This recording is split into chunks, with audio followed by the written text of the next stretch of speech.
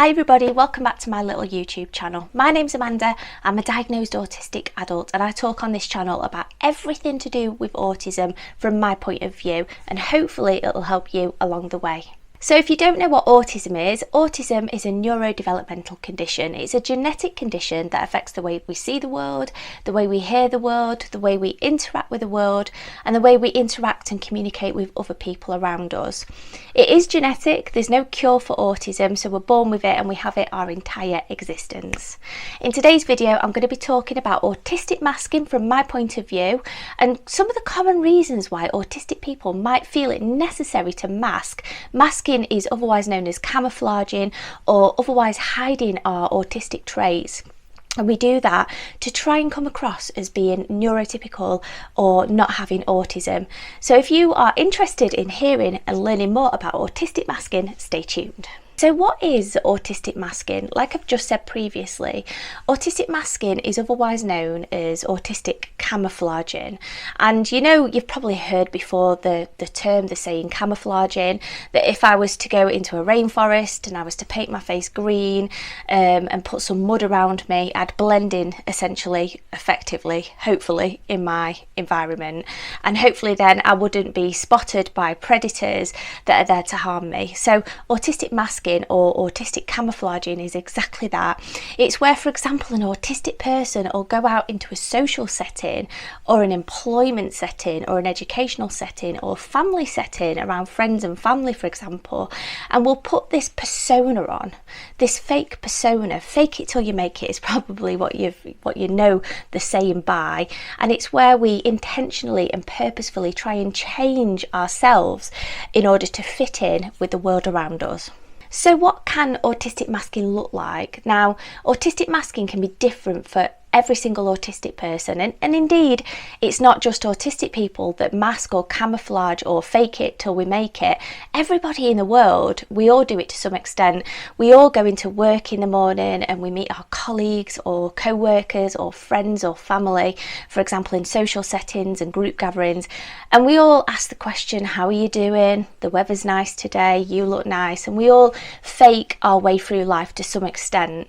Some do it more effectively than others. And males and females, or however you'd identify, everybody in society can mask and put on this fake persona in order to get through our day-to-day existence. But autistic people can be incredibly good at masking, and that is because it's a learned thing. And I can only sort of speak from my own experience that, I mean, I worked in the National Health Service in the UK. That's the biggest health organisation, government run health organisation, that I worked for nearly 20 years. And in order for me to progress and get that far and keep my job and build my way up and get promoted in that position of employment, I had to put this fake persona on, because unfortunately a lot of people don't understand autism or they don't understand autistic traits.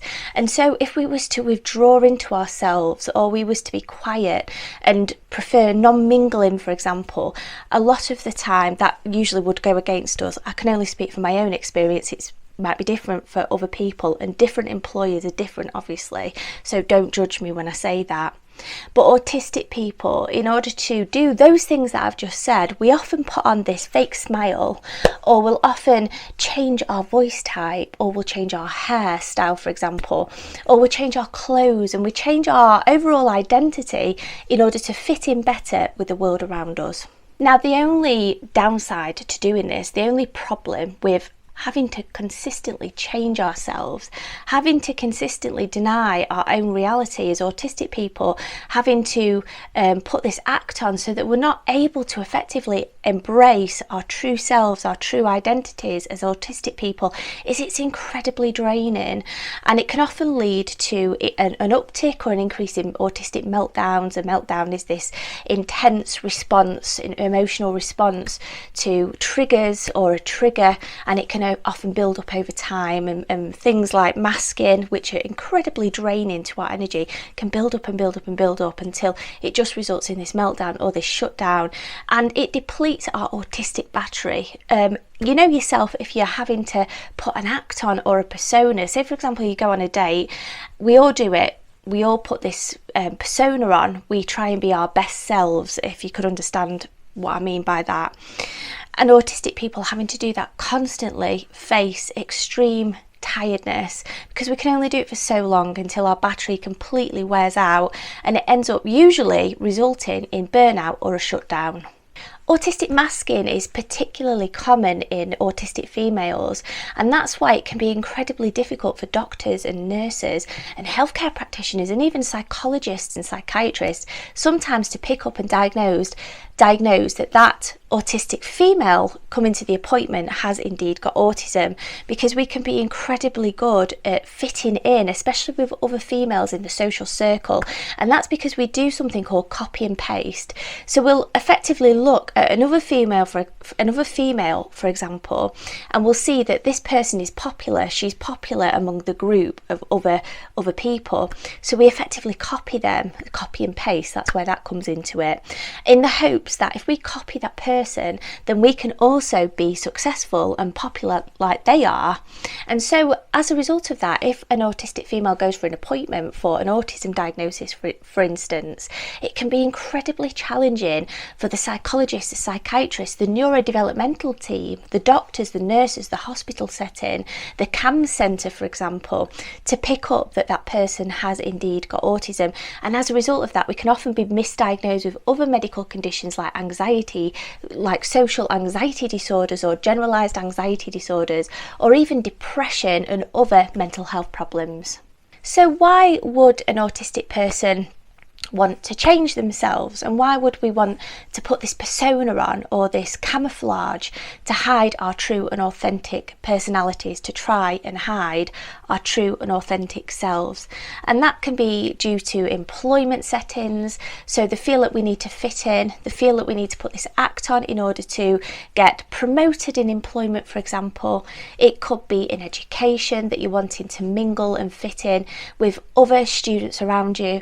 It could be that you're wanting to mingle and fit in with a social circle. It could be to feel like you're needing to hide your autistic traits from family and friends.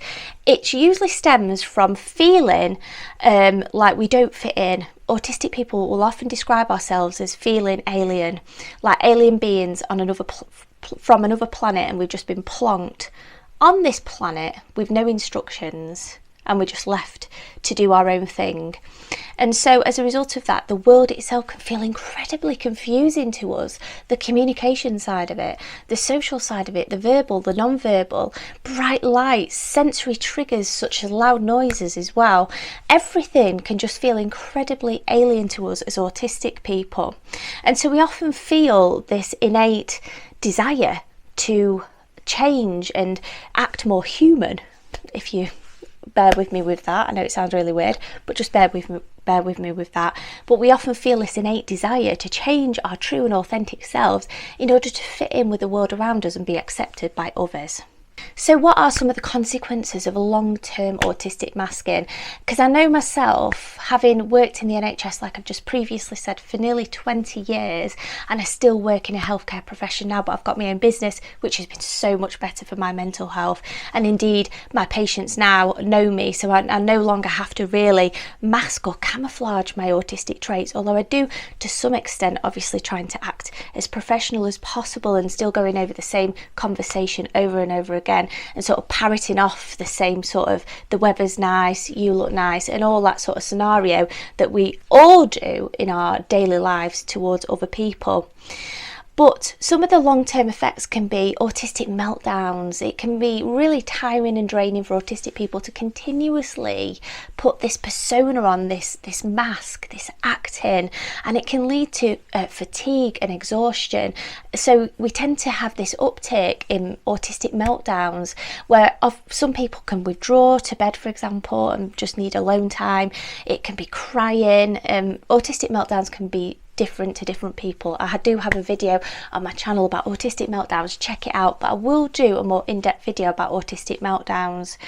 So it's incredibly draining for our autistic battery, and we can only act for so long until we hit complete burnout. Another consequence of constantly camouflaging or changing in order to adapt to our environment around us is the fact that we feel misplaced on a planet where we already feel like we don't belong anyway, but it further makes us feel more alienated from other people because we're consistently having to hide our true identities.